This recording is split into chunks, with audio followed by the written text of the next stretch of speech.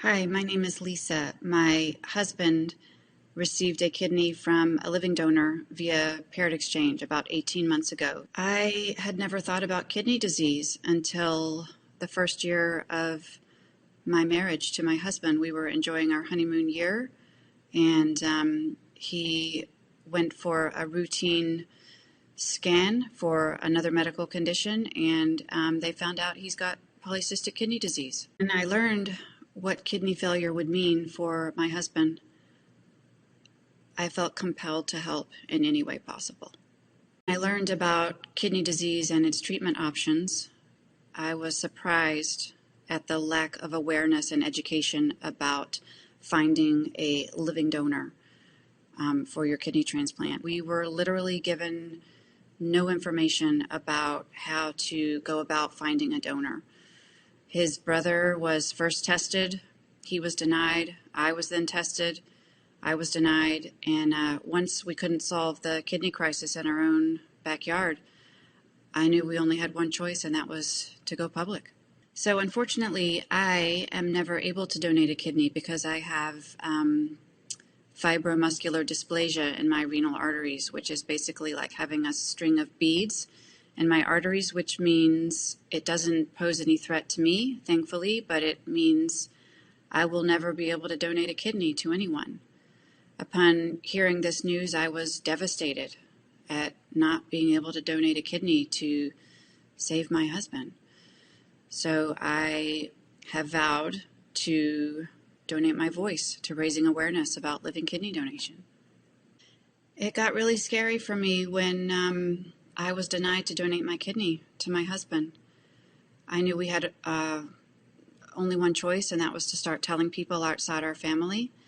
And what helped me get through it was the determination to persevere, because I wanted to keep my husband around for a long time so that he would be able to watch our girls grow up. As my husband was being wheeled into the operating room, I felt an overwhelming sense of relief and solace and gratitude. When they called him down to the operating room, it meant that a lot of moving parts of our puzzle had come into play and were all starting to fit together exactly the way they should. His kidney came from a stranger in Los Angeles, and to know that it had flown overnight on a red eye to the East Coast to arrive at my husband's transplant center, and it had been examined by my husband's surgeon, and he had deemed everything good to go. So they called him down to the operating room, and I knew at that moment that everything would be okay. So the best moment after my husband's transplant surgery was when I was talking to one of the on-call fellows, and she was going over his numbers with me, and she looked me in the eye and said, he could not be doing any better. His kidney came all the way from the West Coast, and it was sort of out of body to body for about 17 hours. And given that, he just was doing remarkably well, looked great, felt great, even though he just had major surgery. And I remember looking at his face thinking that he must be sunburned because he looked so pink. And I suddenly realized that what I was seeing was normal color returning to his face after so many years of seeing a sallow, pale, gray face. What I learned about others is that there is an abundance of magnificence in humanity if you allow yourself to be vulnerable and tell your story. Telling the world that you or a family member needs an organ is not an easy thing to do.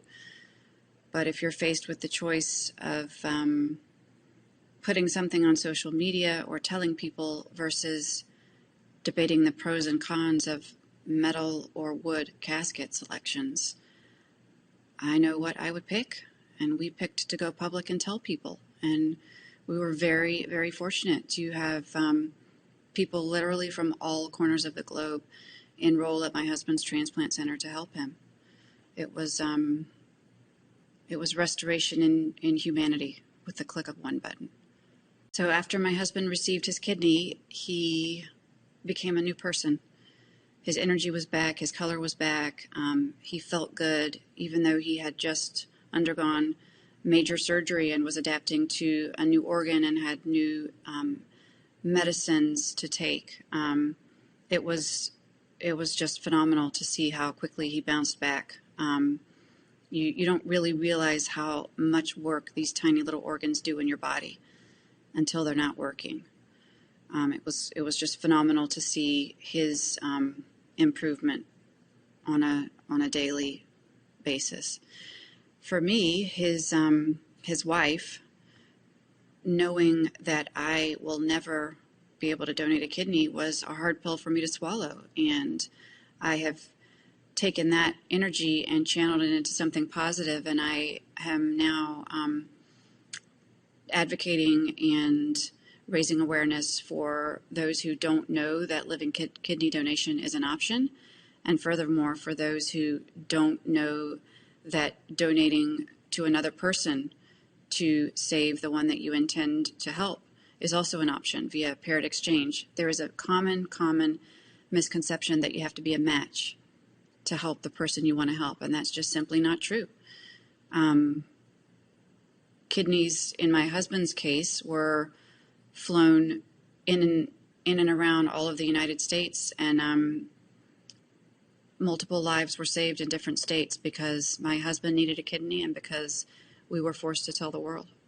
Something I did not expect was the bond that we would have with the former stranger from Los Angeles who donated her kidney to help a friend, but her kidney ultimately came to my husband. We were fortunate to be able to learn her identity, and she was very open to communication and conversation, and we had several emotional conversations and have kept in touch via text and social media. And I guess the biggest thing I didn't expect is how much she would inspire me to step out of my comfort zone and do something I had never done before. And after donating her kidney to my husband, 8 months later, she ran a half marathon and achieved her personal best record time ever.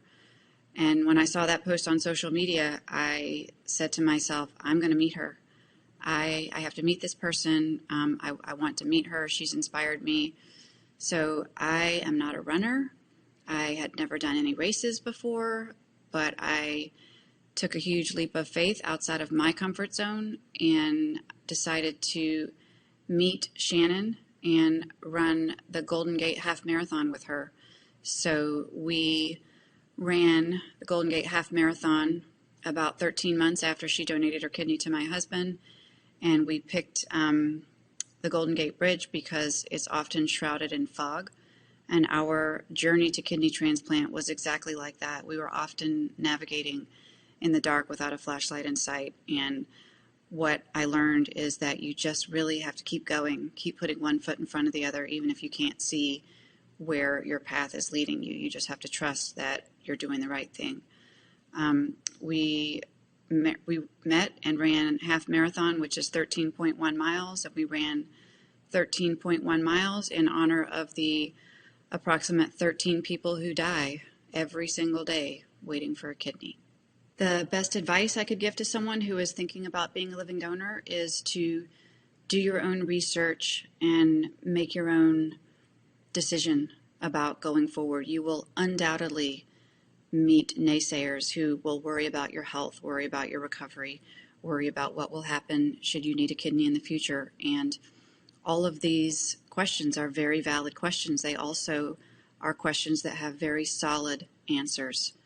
And I would encourage anyone who's thinking about becoming a living donor to arm themselves with knowledge. Knowledge will be your strongest ally as you navigate this process.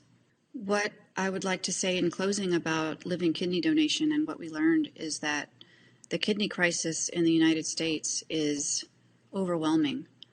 120,000 people approximately are waiting for an organ, and of those, about 100,000 are waiting for a kidney. And that's just the people who are eligible for transplant. There are over 500,000 people in this country alone who are on dialysis. Um, when someone is in end-stage renal disease and eligible for a transplant, there is something that another person can do to help them.